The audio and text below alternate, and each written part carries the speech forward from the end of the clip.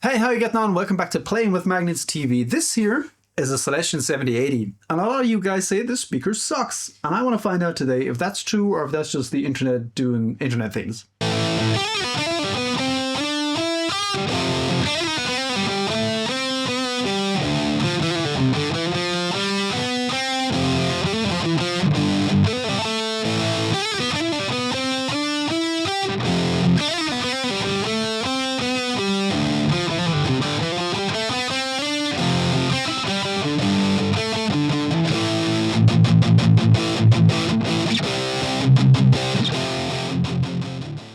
The Celestion 7080 appears to be a popular choice for OEMs for their more affordable line of cabs.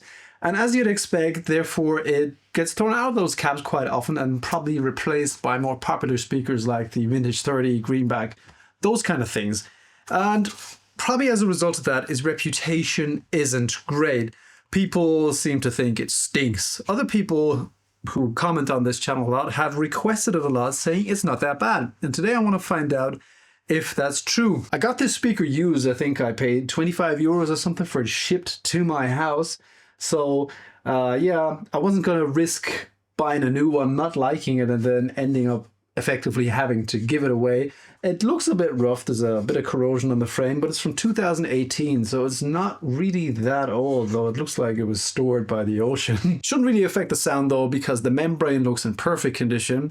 And I'm going to test the speaker like I usually do my speaker tests. The Celestion 7080 is going in this side of my Marshall 1960 AV cab, next to a Celestion Vintage 30 from the year 2024, a nice and smooth sounding Vintage 30 with little 5 to 6 kilohertz content. Both speakers will be mic'd up with Shure SM57s, and then I'm going to play some of my amps behind me, play a few riffs, and switch back and forth between the two microphones for you in post so you get a good apples to apples comparison. The Celestion Vintage 30 gets mic'd up in a sweet spot where the dust cap meets the cone, and the 7080 gets mic'd up in the same relative position at first.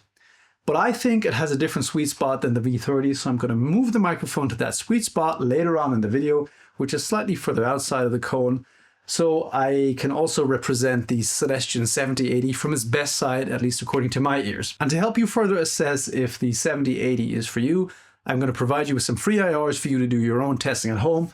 One for the reference position of the Vintage 30 and two of the 7080, one for each mic position. If you like those free IRs, you might want to consider checking out my Patreon, because that's where I upload IR packs for all the speakers I demo. There's got to be 30 plus IR packs up there by now, starting at $5 a month. For the playthrough, I'm using these fine amps today. I'll be using my PV5150, the brilliant Prometheus from Lichtlam Audio, the lovely Lulis from Tube Workshop, and the Hughes & Kettner Tri-Amp Mark III. Hughes & Kettner sent this amp to me. We're going to collab a bit. I'm going to make a few videos with it, and this seems like a good opportunity to get to know it. After the playthrough, I'm going to play you some room sounds. I reamp a riff through my EVH5153 using 1x12s and recording those with a stereo pair of Sennheiser MKH 8020s. One for the Celestion 7080 and one for the Vintage 30. And then I'll meet you back for my final thoughts at the end. So I got to put the speaker in the cab, mic things up, and get going. This looks kind of sick, doesn't it? Anyway, I'm going to start off with this beautiful spaceship. See what it does.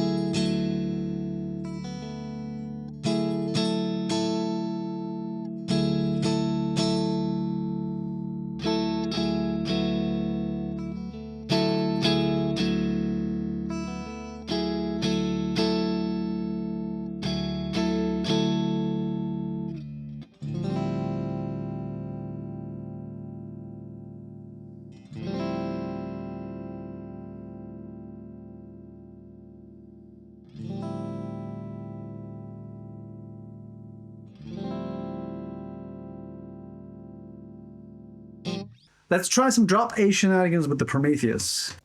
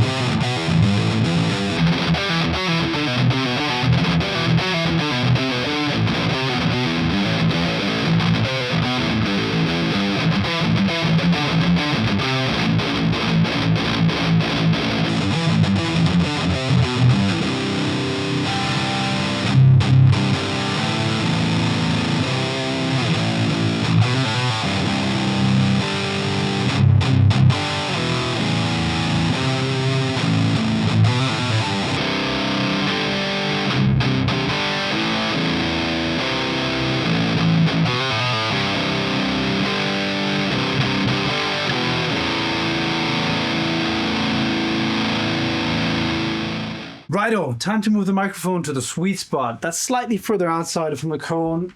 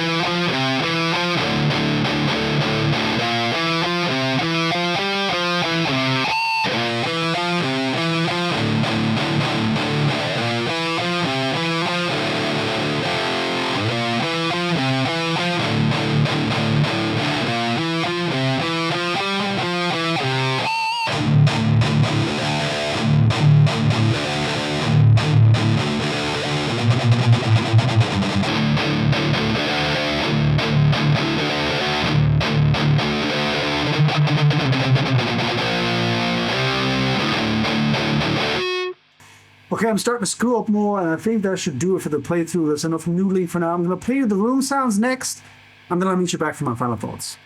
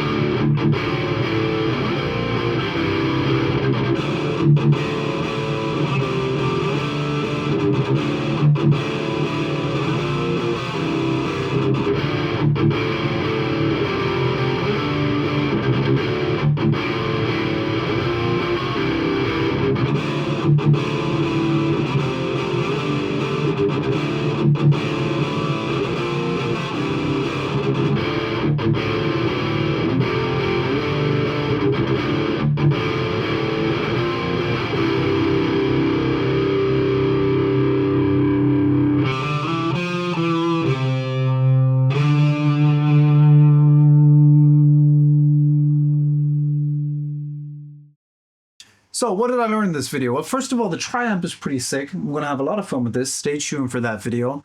And yeah, the Celestion 7080, it leaves more room in the mids than the Celestion Vintage 30. There's a dip around 4K, which some people might find nice. What's noticeable is the presence, the way the presence goes is very much like the smooth Vintage 30, so that's nice. But over 6K, the 7080 really pops up. There's a lot of brilliance, there's a lot of high-end hiss in there, which can be unpleasant. But if you apply a low-pass filter there, you can get pretty usable tones out of them, especially in the sweet spot position. I think in the reference position, it was pretty bright. But in the sweet spot, especially with the low-pass filter, very usable. Now, will our grandchildren in 40, 50 years be looking for these 7080s from the 2010s and 20s like we are looking for greenbacks from the 60s and 70s? Probably not. I could imagine their main concern will be finding clean water, but even if not, there's probably other speakers they'd be looking for. But is this a bad speaker? I don't think so. Not at all. I think it doesn't deserve its bad reputation. In the room, the Vintage 30 has more authority. It sounds a little nicer, but if I was stuck with a 7080 for a gig or something, I don't think I'd be too upset. It's quite usable. With a bit of mic positioning and a bit of low pass filtering, I think it's a decent speaker. No complaints. So, what did you think of the Celestion 7080? Is it trash or is it usable? Check out the free IRs if you have the means, and if you like those, consider becoming a Patreon of mine, as I've probably said in the intro. I've also got affiliate links down there. Buy used if you can, but if you can't avoid buying new, you can use my affiliate links. That helps out the channel at no extra cost for yourself. Thank you very, very much for watching. Stay tuned for more amp and speaker videos coming soon. Yeah, good night, good day, good morning, whatever time you're watching this at. 100 something videos in and I still don't know how to end them. So I'm just going to.